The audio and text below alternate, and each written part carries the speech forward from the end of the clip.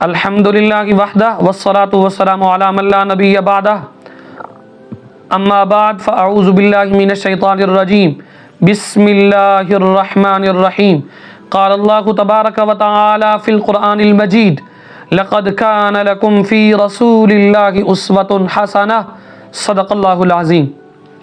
عزیزان من، آج کا ہمارا عنوان ہے اپنے دل کی اصلاح کیسے کی جائے۔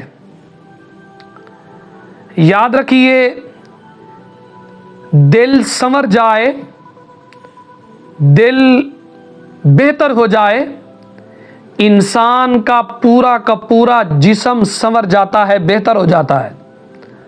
اگر دل خراب ہو جائے تو انسان کا پورا وجود، پورا جسم خراب ہو جاتا ہے۔ سید دو عالم صلی اللہ تعالی علیہ وسلم نے ارشاد فرمایا، سنن ابن ماجہ کی حدیث ہے، میرے نبی نے فرمایا الا خبردار، وَإِنَّ فِي الْجَسَدِ مُضْغَةً إِذَا صَلُحَتْ صَلُحَ الْجَسَدُ كُلُّهُ وَإِذَا فَسَدَتْ فَسَدَ الْجَسَدُ كُلُّهُ أَلَا وَهِيَ الْقَلْبُ۔ میرے نبی نے فرمایا بے شک انسان کے جسم میں گوشت کا ایک لوتھڑا ہے، جب وہ ٹھیک ہو جائے تو سارا جسم ٹھیک ہو جاتا ہے، اور جب وہ خراب ہو جائے تو سارا جسم خراب ہو جاتا ہے۔ فرمایا جان لو وہ انسان کا دل ہے۔ اگر انسان کا دل ٹھیک ہو جائے، انسان کا سارا جسم ٹھیک ہو جاتا ہے۔ اگر دل خراب ہو جائے تو انسان کا سارا وجود ہی خراب ہو جاتا ہے۔ گویا کہ دل کو انسانی جسم میں ایک مرکزی حیثیت حاصل ہے۔ انسانی جسم اگر ایک سلطنت ہے تو دل اس سلطنت کا بادشاہ ہے۔ باقی تمام اعضاء رعایا ہیں، اور رعایا ہمیشہ بادشاہوں کے دین پر چلتی ہے۔ جیسا کہ مرکات شرح مشکات کے اندر باب الکسب و طلب الحلال کے تحت یہ موجود ہے، فرمایا الناس علی دین ملوکہم، لوگ اپنے بادشاہوں کے دین پر ہوتے ہیں۔ گویا کہ انسان کا دل اگر سنور جائے تو انسان کا سارے اعضاء، سارا جسم سنور جاتا ہے۔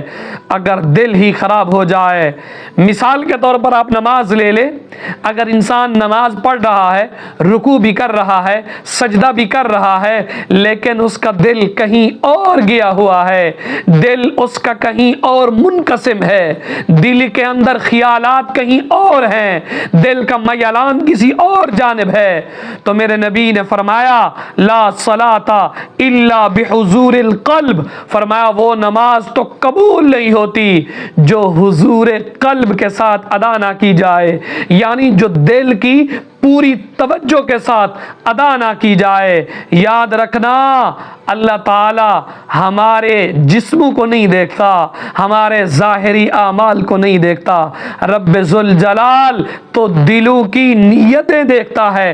سرکار علیہ الصلوۃ والسلام نے ارشاد مبارک فرمایا، صحیح مسلم کی حدیث ہے، میرے نبی نے فرمایا ان اللہ لا ينظر الى صورکم واموالکم، اللہ تمہارے اموال اور تمہاری صورتوں کی طرف نہیں دیکھتا، ولکن ينظر الى قلوبکم واعمالکم، اللہ تعالی تمہارے دل اور تمہارے اعمال کی جانب دیکھتا ہے۔ تو کیا مطلب، اگر انسان چاہتا ہے کہ میرے اعمال اللہ کے حضور، اللہ کی بارگاہ کے اندر قبول ہو جائیں، تو پھر انسان کو اپنے دل کو درست کرنا پڑے گا۔ دل تبھی درست ہوگا جب عبادات کے اندر صرف اور صرف توجہ اپنے رب ذوالجلال کی جانب ہو، جب انسان پورے خشوع و خضوع کے ساتھ نماز پڑھے گا، پورے خشوع و خضوع کے ساتھ عبادت کرے گا، رب ذوالجلال عبادت کو بھی قبول فرمائے گا اور اس کا ثواب بھی عطا فرمائے گا۔